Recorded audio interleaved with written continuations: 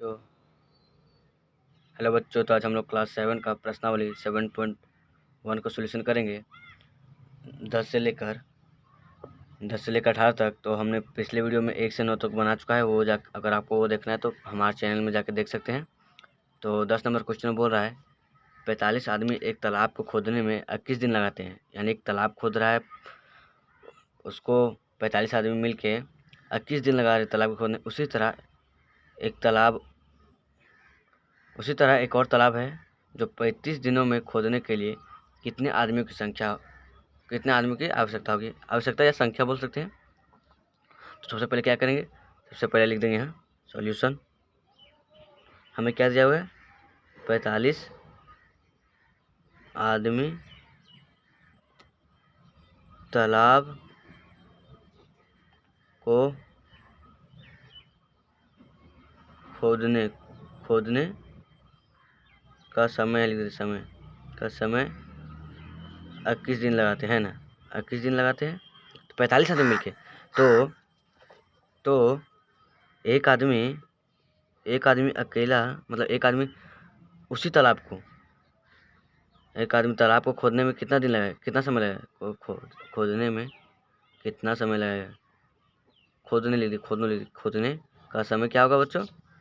तो सबसे इजी क्या करेंगे, जो 45 लिख दिए, उसको मल्टीप्लाई कर देंगे 21 से। 45 और 21 का मल्टीप्लाई करेंगे, जितना आएगा उतना समय लगाएगा एक आदमी उस तालाब को खोदने में। तो देखिए इधर साइड में हम करते हैं मल्टीप्लाई, 5 है ना, 4 10 जीरो एक हाथ में 9 9 4 945 945 दिन लगेगा बच्चों। इसलिए 35 आदमी नहीं, 35 आदमी लिखा है, 35 दिनों में खोदने के लिए आदमियों की कितनी संख्या होगी, इक्वल टू क्या होगा, 945 बटा क्या गया 35 दिन है, तो 35 भागा दे देंगे। अब इसको डिवाइड कर देते हैं, 5 से काटते हैं, 1 गया 7 बार में, ये जाएगा 1, ये 2, ये 9 बार में गया। अब ये जाएगा हमारा, थोड़ा सा मिस्टेक हुआ यहाँ, 1 ठीक है, यहाँ हो जाएगा 8, यहाँ हो जाएगा 5, 185। अब ये 7 के बड़ा करता हुआ देखते हैं, 7 आता है, पहले देख लेते हैं। 7 एक है, 7 दूनी 14, 4 बच गया। 7 के बारह में फिर से मिस्टेक हुई, यहाँ 9 था, 9 ही रहने, काट के दिया, हमको पता नहीं। अभी 7 के बारह में कटेगा, कट जाएगा शायद, हाँ कट जाएगा। 7 एक 7, 7 दूनी 14, 4 हाथ में हो गया 49, 7 7 49, 27 दिन। तो इक्वल टू 27 दिन लगेंगे, हो गया हमारा इसका आंसर। देखते हैं 11 नंबर क्वेश्चन बच्चों।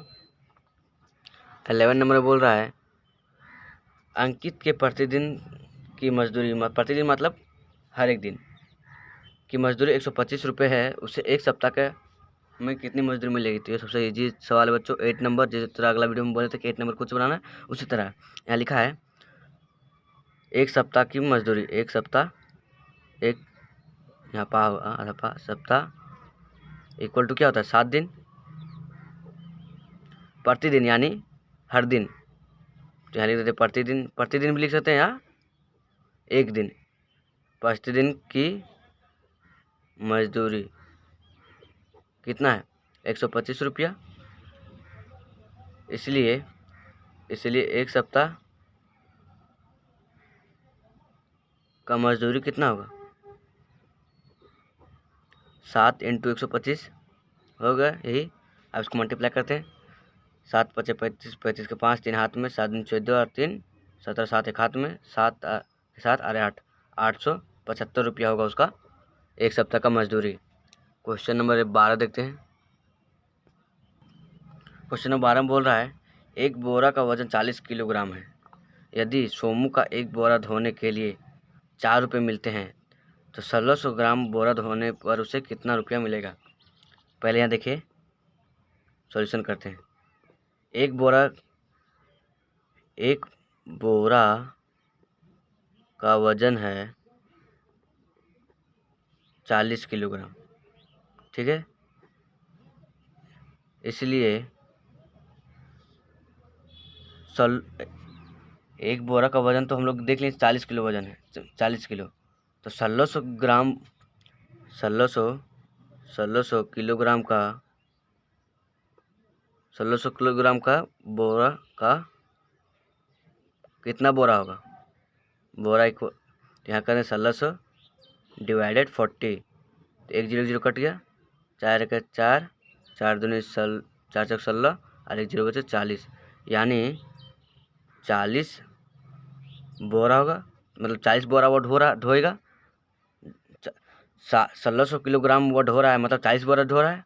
अब हम लोग को बोला है एक बोरा धोने के लिए 4 रुपये मिलते हैं ना, 4 रुपये मिलते हैं, इसलिए 1600 ग्राम का कितना होगा। तो यहाँ 1600 ग्राम मतलब 40 बोरा, तो 4 × 40 तो हमारा क्या हो जाएगा 160 रुपया, यानी 160 रुपया उसको मिलेगा। हो गया हमारा इसका आंसर। क्वेश्चन नंबर 13 देखते हैं बच्चों। 13 बोल रहा है कशिश 3 घंटे में 4 किलोमीटर पैदल चलती है, 10 किलोमीटर चलने में उसे कितना समय लगेगा। सबसे पहले सॉल्यूशन करेंगे। देखिए कशिश जो है 3 घंटे में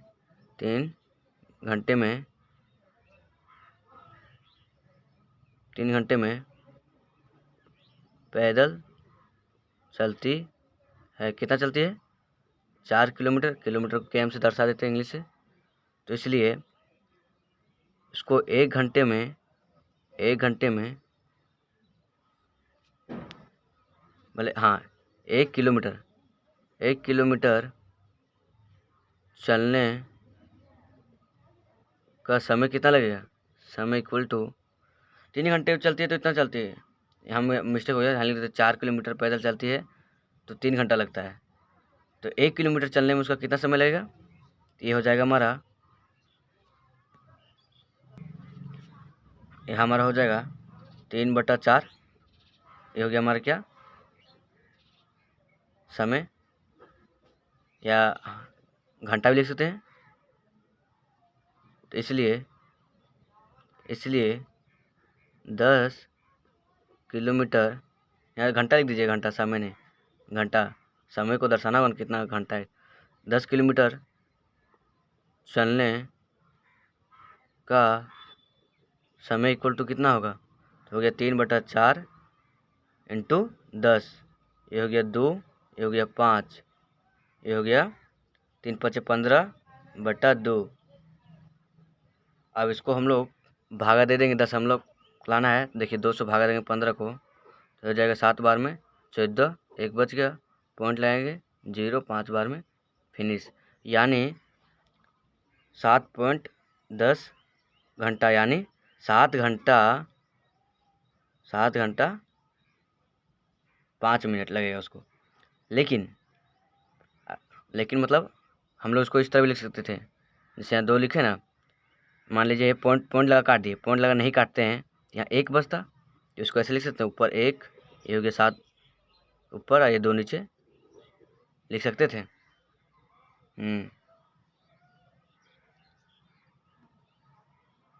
नेक्स्ट क्वेश्चन देखते हैं बच्चों।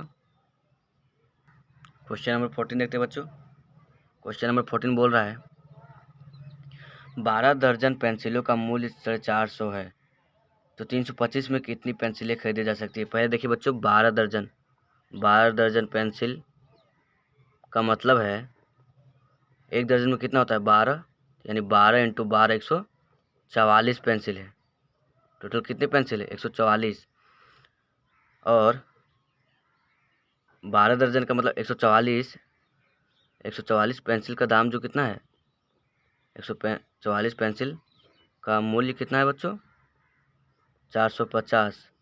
तो एक पेंसिल का मूल्य कितना होगा, एक पेंसिल का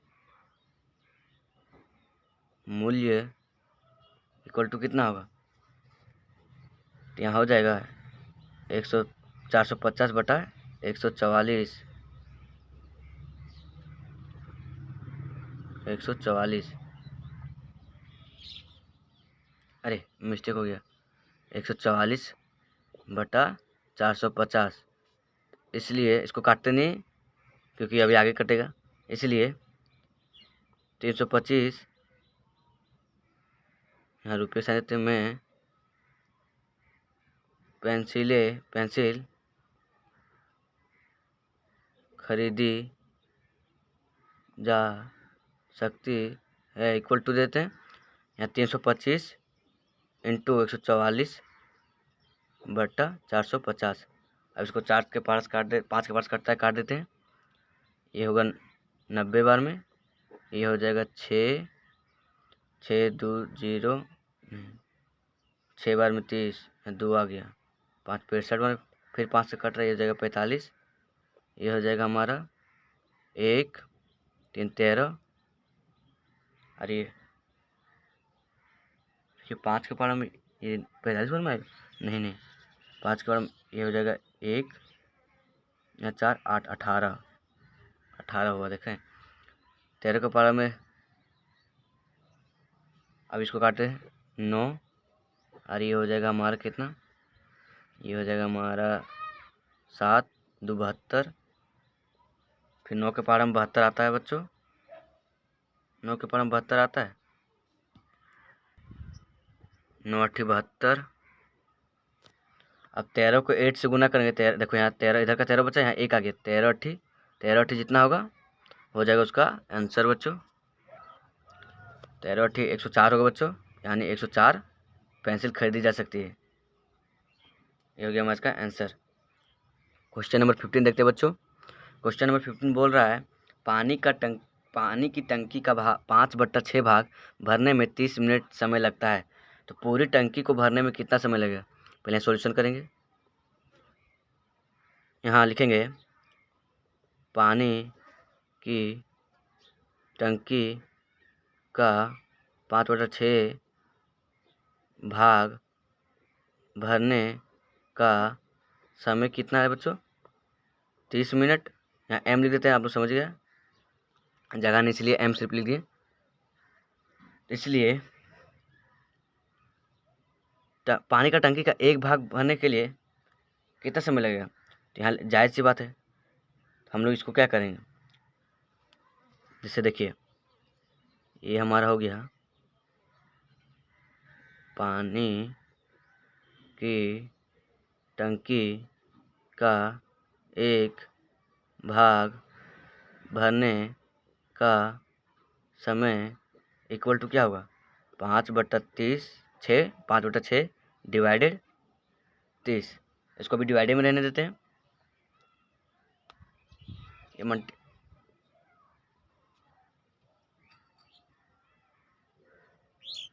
नहीं यहाँ 1 होगा,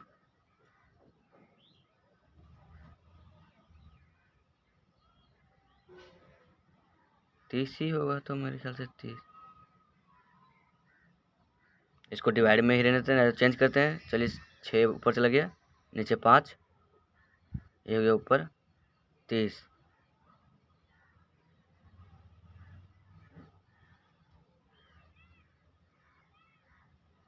डिवाइड में रहने देते हैं, नहीं बच्चों एक टंकी नहीं, पानी की टंकी का पूरा भाग होगा, यहाँ होगा पूरा भाग, क्योंकि पूरा भाग भरने के लिए समय कितना लगेगा, तो ये हो जाएगा हमारा 5/6 इंटू 30 डिवाइडेड 30 हो गया 30, अब इसको चेंज करेंगे तो ये 6 ऊपर जाएगा, ये 5 नीचे और ऊपर 30, तो 1 हो गया, ये 6 5 30, तो हो जाएगा 6 6 36, 36 मिनट लगेगा उसको पूरा टंकी भरने के लिए, 36 मिनट लगेगा, थोड़ा ध्यान दीजिए बच्चों इस क्वेश्चन में, थोड़ा सा कहीं कहीं मिस्टेक टाइप हुआ है, आप लोग आशा है समझ में आ गया होगा। क्वेश्चन नंबर 16 देखते हैं। क्वेश्चन नंबर 16 बोला है एक विद्यालय में 120 बच्चे के लिए 20 दिन का अनाज है, 8 दिन के बाद उसमें 40 बच्चे और आ जाते हैं, मतलब कोई एडमिशन लिया होगा 8 दिन के बाद, तो ज्ञात कीजिए अनाज और कितने दिनों तक चलेगा। यहाँ सबसे पहले सोल्यूशन करेंगे, यानी 120 बच्चों के लिए जो अनाज है, पहले कुल बच्चों देख लेते हैं। कुल बच्चों की संख्या 120 प्लस 40 इक्वल टू 160, और 120 बच्चों का अनाज कितना दिनों के लिए है। देखिए 20 दिन के लिए है, लेकिन 8 दिन के बाद उसमें से और बच्चे आ जाते हैं, तो 20 माइनस 8 इक्वल टू 12 दिन के लिए बच्चों के लिए, 12 दिन के लिए ना, 8 दिन के बाद तो और आ जाते बच्चे, यानी 20 में से 8 दिन के लिए और बढ़ जाता है, तो 12 दिन बचा। तो इसलिए तो एक दिन का बच्चे का अनाज कितना होगा, तो यहाँ हो जाएगा 160 इंटू, यहाँ 120 लिखते, 120 इंटू 12, ये हो जाएगा हमारा 1440, यानी एक दिन का बच्चों का अनाज जो कितना खा है, एक दिन लिखते हैं, एक बच्चे का अनाज कितना है, इतना है, तो इसलिए 160 बच्चों का अनाज कितना दिन चलेगा, 144 बट्टा 160, सॉरी यहाँ गलती लिख दी, 160 बच्चों का अनाज लिख दिए हैं। यहाँ लिखा है अनाज कितने दिन चलेगा, तो यहाँ लिखना था हम लोग को अनाज कितने दिन, तो मतलब अपना से लिख लीजिएगा अनाज कितने दिन तक चलेगा। तो उसी तरह मतलब यहाँ कुछ टॉपिक लीजिए, यहाँ थोड़ा सा मिस्टेक हो गया, थोड़ा आप लोग सुधार कीजिएगा। तो इसको काट देंगे, एक कट गया, 4 चक 16 है ना, ये भी 4 का पार्स कट रहा है, इसलिए 4 से काटे थे। ये हो जाएगा 3 12 बार में, 24 6 बार में, ये हो गया 1, ये हो गया 9, यानी 9 दिन उन लोग का अनाज जो है 9 दिन चलेगा। यहाँ लिख दीजिएगा, यहाँ लिख दीजिएगा अनाज 160 बच्चों का अनाज